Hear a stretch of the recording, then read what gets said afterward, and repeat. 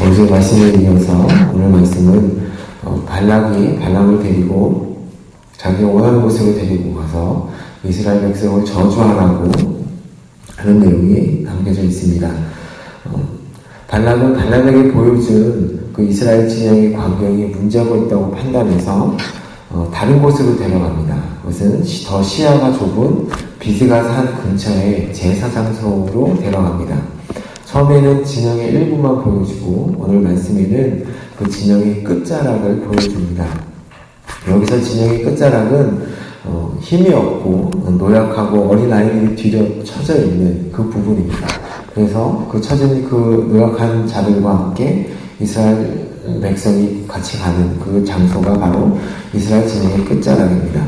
발락은 이렇게 이스라엘의 약한 부분을 보여줌으로써 발람으로부터 저주의 선포를 이끌어내려고 하는 계책이 그 안에 숨겨져 있던 것이었습니다. 발락과 발람은 그 첫 번째 장소에서 그랬던 것처럼 그 비스가 산 그곳에서도 7제단을 쌓고 7마리의 양소와 7마리의 순양을 준비해서 제사를 드립니다. 각 제단에 소 1마리와 순양 1마리를 불에 태웠습니다. 그리고 제물들이 타고 있는 동안에 발람은 다시 발락에 가서 저기에 가서 여호와를 만나서 응답을 받겠다고 말하고 장소를 옮기게 됩니다. 또한 그곳에서 하나님께서는 발락에게 나타나셔서 전과 동일하게 말씀을 전달하십니다. 여호와의 말씀을 받은 그 발람은 발락에게 돌아갑니다.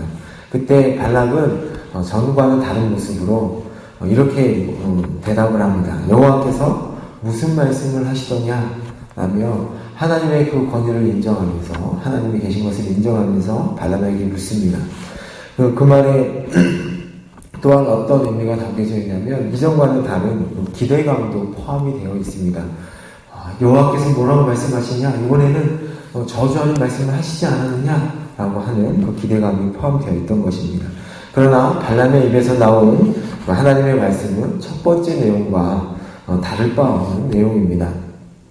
저희가 너무도 잘 알고 있는 말씀이죠. 19절 말씀에 하나님은 사랑이 아니시니 거짓말을 하지 않으시고 인생이 아니시니 후회가 없으시도다. 어찌 그 말씀하신 바를 행하지 않으시며 하신 말씀을 실행하지 않으시랴 라는 말씀을 발람에게 계속해서 선포합니다. 그분은 거짓말을 말하시거나 후회를 하시는 분이 아니시다. 인간은 마음이 거짓으로 가득 차 있고 상황과 이해관계에 따라서 변하는데 또한 변덕이 심한데 그 마음이 어제와 오늘 다른데 하나님은 이런 사람과 같지 않으시다라고 발람이 선포하는 것입니다. 그분은 거짓이 없으시며 뜻을 마음으로 바꾸시는 분이 아니시다라고 얘기합니다. 자신의 백성과 교제하시는 그 인격적인 하나님은 자신의 섭리 가운데서 최종 목적을 위해서 앞서 결정하신 것을 잠시 바꿀 수는 있지만 그 최종적인 목적은 절대로 바꾸시는 분이 아니시다라고 말씀하시는 것입니다. 이스라엘을 언약 백성으로 삼으시고 복 주시겠다는 그분의 그 주권적인 결정과 그 계획은 절대로 변곡되지 않고 바뀌지 않는다라는 말씀을 선포하시는 것입니다. 20절 말씀에 이스라엘을 향해 선포하라는 하나님의 명령을 받았으니 발람은 그저 순종할 뿐이다 라고 말을 합니다. 이스라엘을 축복한 것에 대해서 후회가 없으신 하나님의 말씀을 내가 어떻게 바꿀 수 있느냐 라고 계속해서 발락에게 얘기합니다. 첫 번째 얘기했던 8절 말씀에 하나님이 저주하시 않은 자를 내가 어찌 저주하며 여호와께서 꾸짖지 않으신 자를 내가 어찌 꾸짖으랴 해서 더 나아가서 이스라엘은 이미 저주가 아닌 축복을 확실하게 받은 자들이고 자신의 그 축복을 돌이킬 수 없다라고 하는 것을 강조하고 있습니다. 그러면서 이스라엘과 하나님과의 관계에 대해서 다시 한번 얘기합니다. 하나님은 이스라엘의 왕으로서 그들 가운데 계시고 그들을 애굽에서 이끌어내신 하나님이시다라고 다시 한번 선포합니다.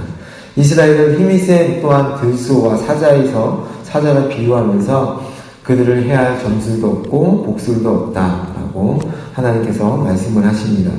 이 백성이 암사자와 같이 일어나고 수사자와 같이 일어나서 움킨 것을 먹으며 죽인 피를 마시기 전에는 눕지 아니하리로다 라고 이스라엘을 향해서 하나님이 선포하십니다.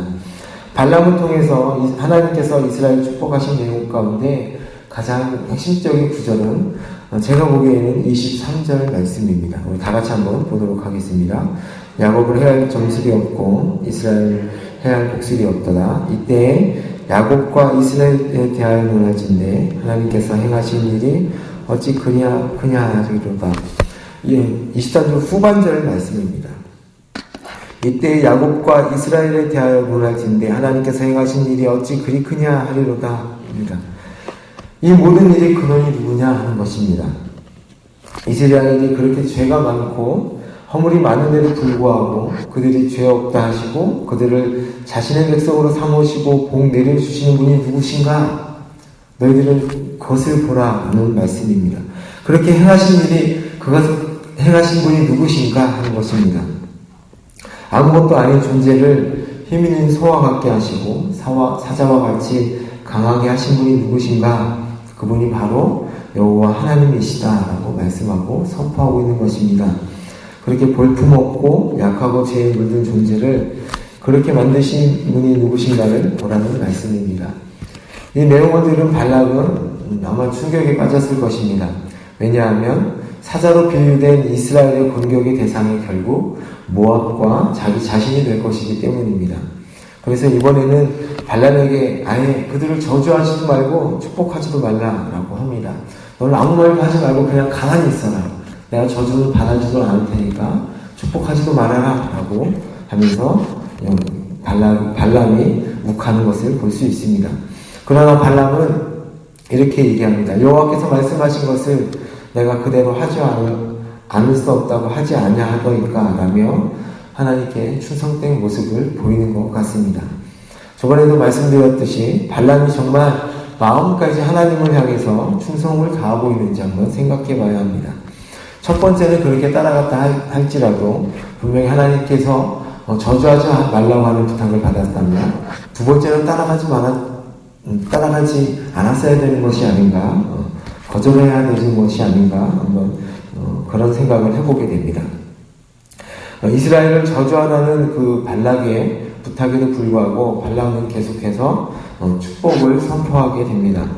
그것은 세상이 아무리 우리를 저주하고 우리를 모함한다 할지라도 하나님께서는 우리를 언약 백성으로 보시고 복을 내리신 분이심을 기억하라고 하시는 말씀입니다. 우리가 그렇게 복된 존재요 강한 존재가 되는 것은 또한 하나님의 그 신실하심과 하나님의 그 자비에 근거한 것이지 우리의 잘남과 우리의 가진 것으로 그렇게 된 것이 아니라는 것을 다시 한번 기억하시면서 또한 마음에 새기시면서 아침에 기도하시는 여러분 되시기를 예수님의 이름으로 축복합니다. 제가 잠시 기도하겠습니다.